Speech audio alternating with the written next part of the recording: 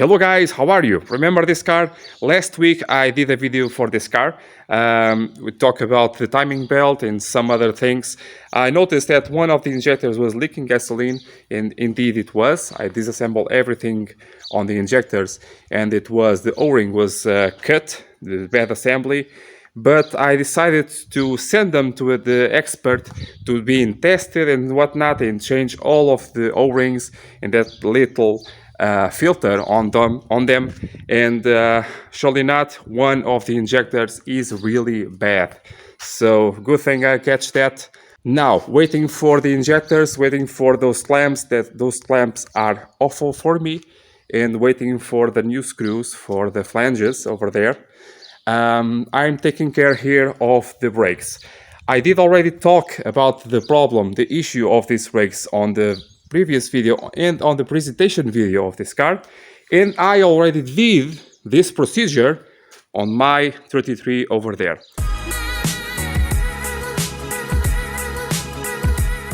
Yes, the procedure is the same, exactly the same on all cars with or without ABS or ESP.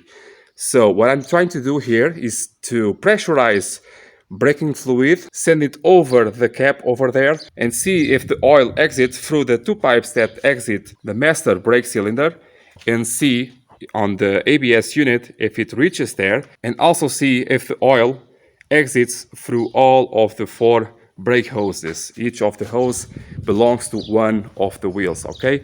Then, as you could saw on the previous video and the presentation video, I have to modify here the position of the caliper, because the caliper was horizontal and it has to be vertical. And why did I have the disc over here, the rotor? It's because right now I have pressure on here.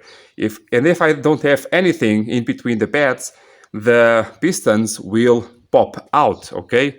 And then creating a big mess. And so remember that we have here also this bleeding tube, and on the other side as well, okay?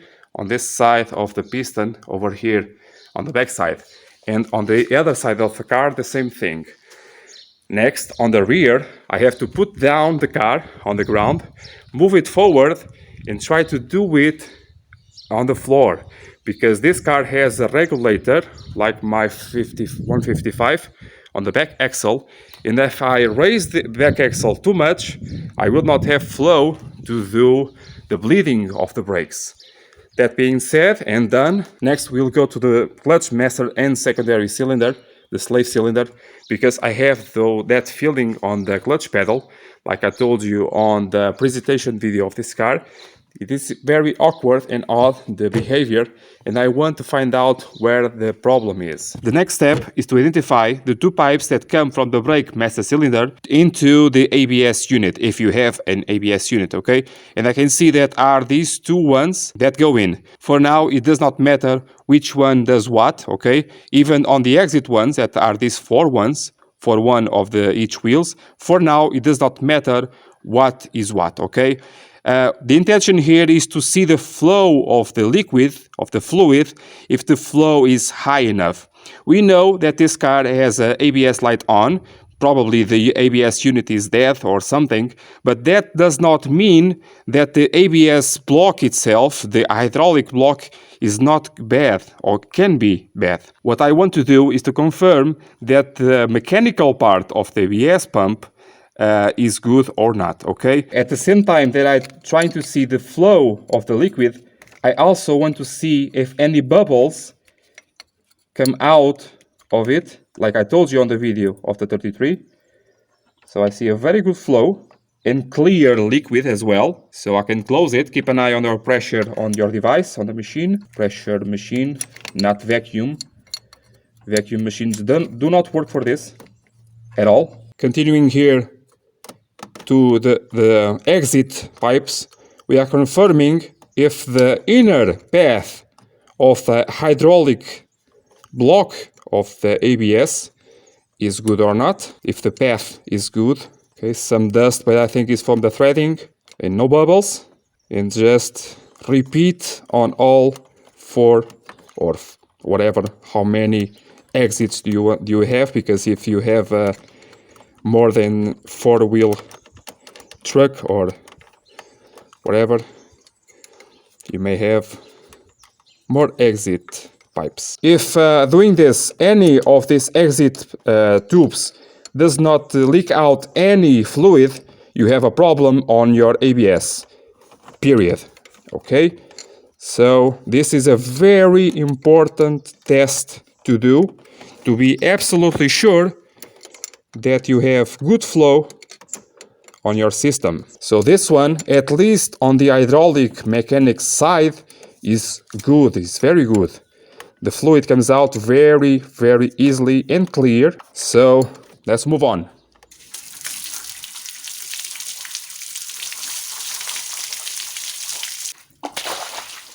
So tell me, when you do a big brake kit like this, conversion, what components do you think you should use? Apart from the big disc, the big rotor, and the big caliper, what more do you think you should do or have to do? Because let's see one thing. The original caliper, it was only one piston, but a really big one.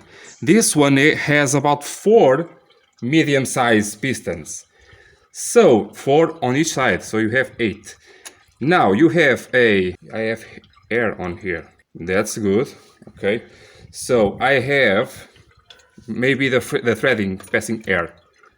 I think, okay. Remember something, you are trying to push a certain amount of oil or fluid through your brake master cylinder. If you improve the size of the caliper, you're improving also the area. You have to compensate that on your brake master cylinder as well as the brake booster has to be proportional to your brake master cylinder. Sometimes only doing the conversion on the booster or on the cylinder, the brake master cylinder, you have a excellent, awesome braking power without even replacing here the big brake kit. It's really pretty to look at, but it is really a big mess to work because everything is modified, and I hate modified stuff, as you know by now, but I gotta do what I gotta do. So you have another bleeder on the back side because this is independent systems. The caliper has 2 separate chambers connected on the bottom with a pipe, and you have to bleed both of the sides. Okay, no option, it's mandatory. Let's get back on the brakes in just a minute. I have to do this in steps because I have to lower the car onto the ground to do the back of the bleeding of the brakes. I'm noticing that the problem may not be any of that. I want to make sure that the bleeding is done correctly, and yes, I had some bubbles on the other side, but I don't think just yet the problem is that one. I'm looking here at the master brake pump, and it is the original one, a very small one, and so is the booster, the brake booster over there. So this giant car with this giant engine and these giant brakes does not have what the main thing on the braking system. I don't really know if the 1661 really will fit on here. The thing is, I want to be absolutely sure to tell the owner of the car everything is good with such and such and such, and your problem is exactly over there. Okay, no problems and no doubt about that. So let's get here to the clutch system to understand why does the pedal has that feeling, has that symptom that you saw on previous videos. Bleeding here the clutch pump assembly, the primary and secondary, or master and slave. I can see that the oil is not old, and I want to do an experiment afterwards. It's a bit dark but not grimy, so does not explain for now the hardness of the pedal. You just saw me take out the pressure on the system of both of the clutch cylinders. The idea is to understand if the pedal itself has some problem on the hinge or even on the master cylinder, and I can see that it is okay. I had some fluid inside, but it is free So it is attached still to that master cylinder, and I can see that the hinge and the cylinder, it's free, not binding. So it leads me with, it's either this slave cylinder or inside there. The problem may be inside of between the gearbox and the engine on the clutch kit itself. That is not good, and I need another person to figure that out, because I need to press on the clutch pedal and then release it and see the delay on here on the fork. Strange, and I think I know why is that, because I think they use a grease like they did on the Alfa 166. It is a very thick, like I don't know, like a copper grease, a very thick one that is not really good for this application, and I think it is frozen. And I will not take out this gearbox, I believe. This is the intent of this channel, is to tell the customer or tell my colleague over here that the issue is absolutely sure not that one, not this one, not that one, and absolutely sure that it is in fact inside of the gearbox or this slave clutch cylinder or something else, to avoid to replace parts and again trying to find out what is the problem. I'm doing the testing, I'm doing the search for the malfunction, I'm doing the diagnosis to be able to say with absolute certainty this is wrong and this is right and so on. Okay, so let's try to figure that out if the problem it is with this slave clutch cylinder or indeed inside of the gearbox. I hope not. So as you can see, I removed there the slave cylinder to be able to take out this lever and inspect this bushing like I told you on the video of the gearbox. And I was not able to take out this lever because it is completely solid. And I can see here that the bushing has a little bit of play. A lot, really. Okay, like I told you on that video. Hope you can see it. That being said, having this much play, I don't think it is enough to create so much drag on the system. I was hoping to the penetrating fluid to do some action during the night and tomorrow to try again. And normally when I take out this slave cylinder to put back in, you just do it like this, do a little bit of force and put it in. But this one, it's really stuck. And okay, now I'm getting somewhere. My objective here was to show you how to take out this lever, maybe tomorrow, take out the bushing, lubricate the bushing without removing the gearbox, put back in the bushing, the lever, lubricate the splines, and put the C-clip, okay? And now I'm adding something over here. Taking out here the boot, I'm seeing on the inside here, that is not good. The piston inside is not even going all the way.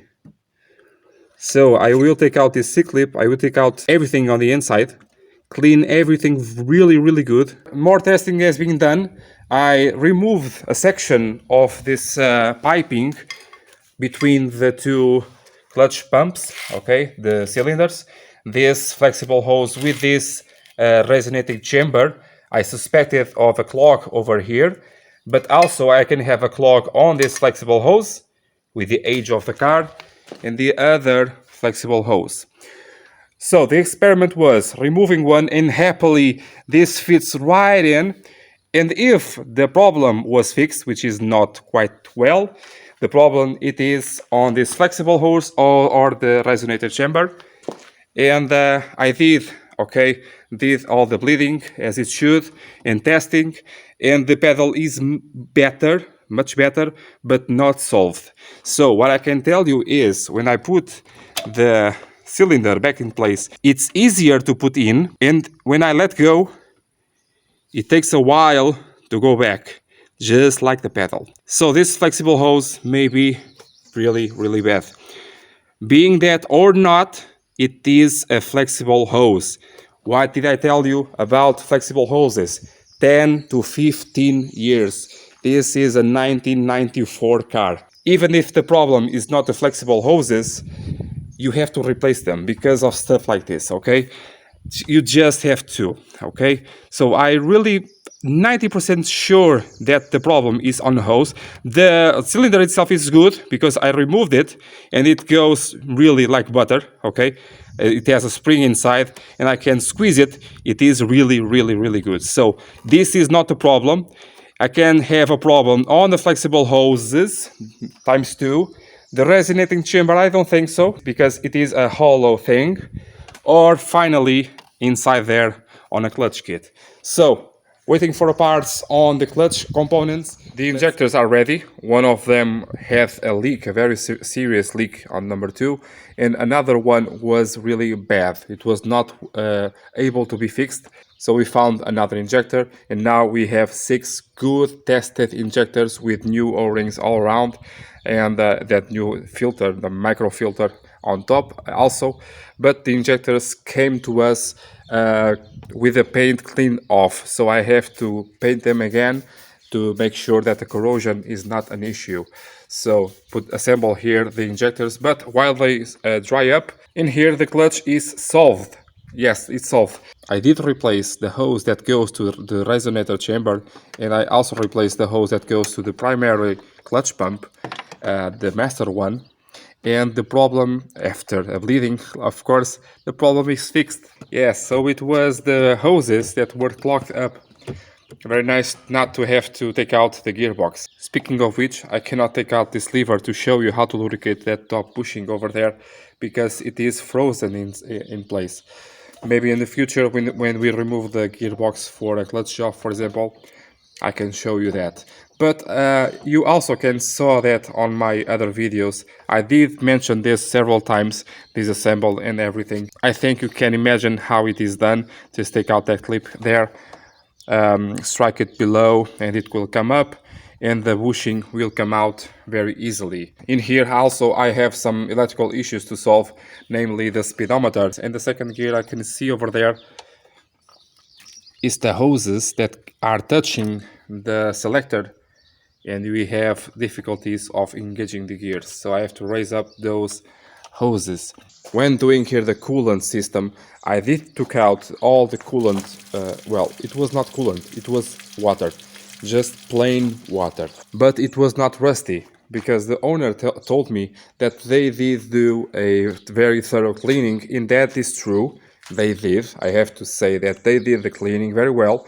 But afterwards, they, instead of putting antifreeze, they put water. Just plain old water. Why? This person, the owner of this car, really does want the things done properly. He does not mind to pay a lot of money for this Paraflu up antifreeze, and he just wants things taken care of. It blows my mind why they did put water on a not freshly, but recently rebuilt engine.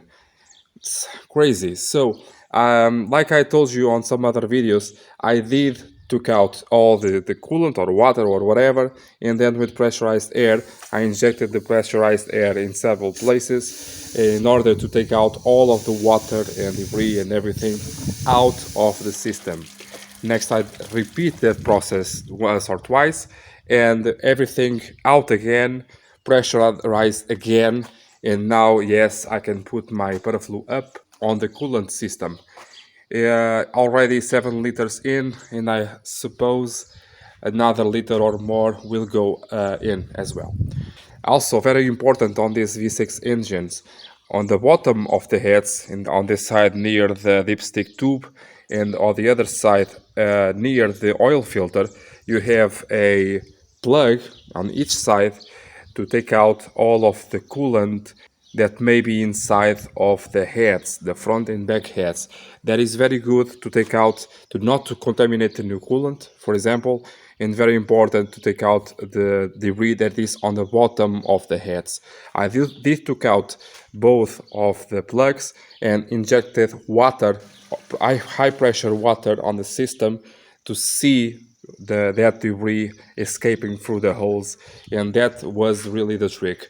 So I'm very happy about the procedure that I made. I already did a video on my 75, but it is the same for all Mason models. And on the 75, for example, it also has that drain plug on the bottom of the block. On my 33 as well, it has a drain plug for coolant. On the multi-jet engines is no longer doable. And on my 155, yes, it still has, on the turbo diesel engine, it still has behind the starter a 14 millimeter head bolt to take out all of the coolant of the base of the engine. As you can see, everything is almost all assembled. Here on the timing covers, I believe this is just like this, but if you can correct me on this, if it's some cover to cover this, please tell me on the comments down below. Also here, the intakes. Check this out. Is this cool or what?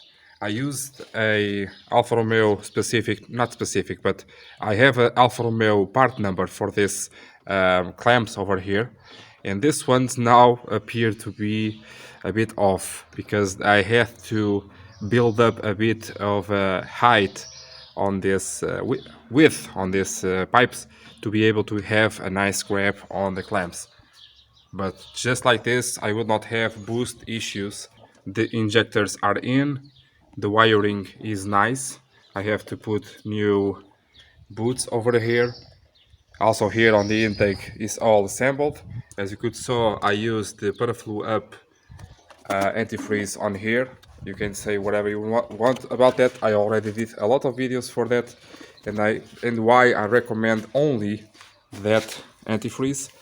Here on the belt, on the timing belt, the covers are all in. I have to put new screws in various places because they were missing just because it's nice.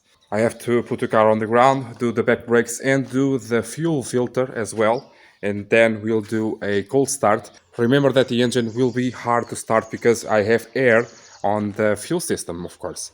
Also replacing the power steering fluid, taking advantage of the car being raised up to take care of that as well. And it's almost there, guys. What do you think? Also here on the front, the radiator set, it was very low. It still is a bit low because someone forgot to put all the screws on the fixings of the radiators. So now they are a bit up and they will not scrape on the ground, I believe. So it's almost there. Almost ready for the first startup in several months.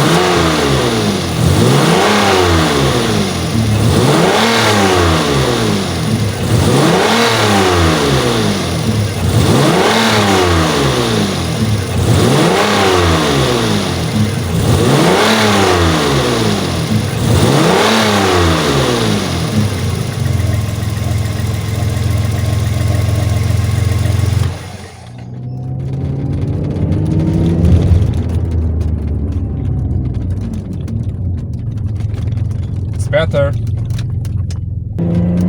Oh yeah.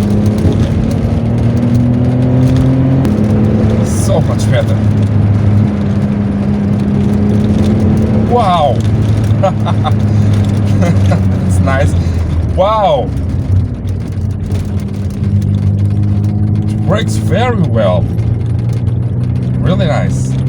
It's really nice to have that feeling of good brakes when you have more power, because it gives you the feeling of safety when driving and confidence. I have to do another purge, another bleeding here on the clutch. Still has some bubbles, but that's nothing. Can do it no problem. Wow, the power sound is very nice, very good. Much more linear, positive. The pedal feel very nice. What's the grab? Oh yeah, yes, yes, yes. Very nice. Então,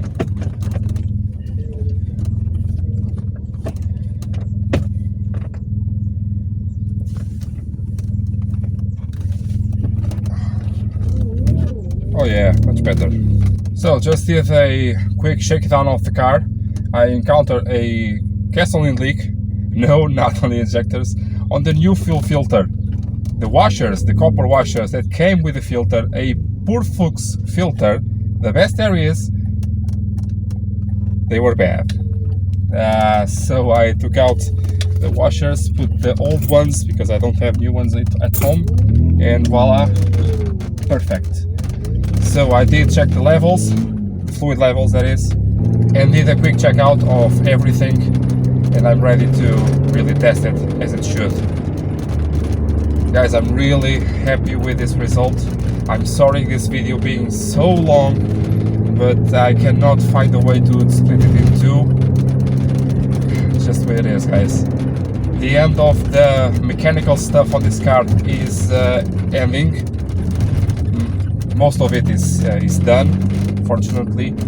The second series of this car will be electrical stuff. What do you guys think about that? What approach should I do for this electrical stuff? I mean, the speedo does not count. I have problems with the release of the gas cap, it is electric. Several issues here and there, electrical issues that I know that I can figure out. What do you think I should do? All in one video, very compact, or do a very thorough workout of all the symptoms and systems for you to understand better? Because this go for all cars, okay? Not just Alfa Romeo, not just 164. If you are liking what you are seeing, if you like what you saw so far on this channel and you are excited for what's to come, please consider subscribe. Please consider the helps for the channel that I have below on the description, and also on the description a lot of videos that can help you out on many areas of the car. I'm really happy with this pedal, the clutch pedal feel. I'm really happy with this brake pedal feel. I'm really happy with this steering. It's now very, very nice. Very happy with this engine. Now it screams as it should. Wow. I'm glad I don't have a speedo. Very nice, really. I also have the ABS that does not work. It is an electrical issue. Do you want to see that, for example? Guys, I see you next time, guys. Bye.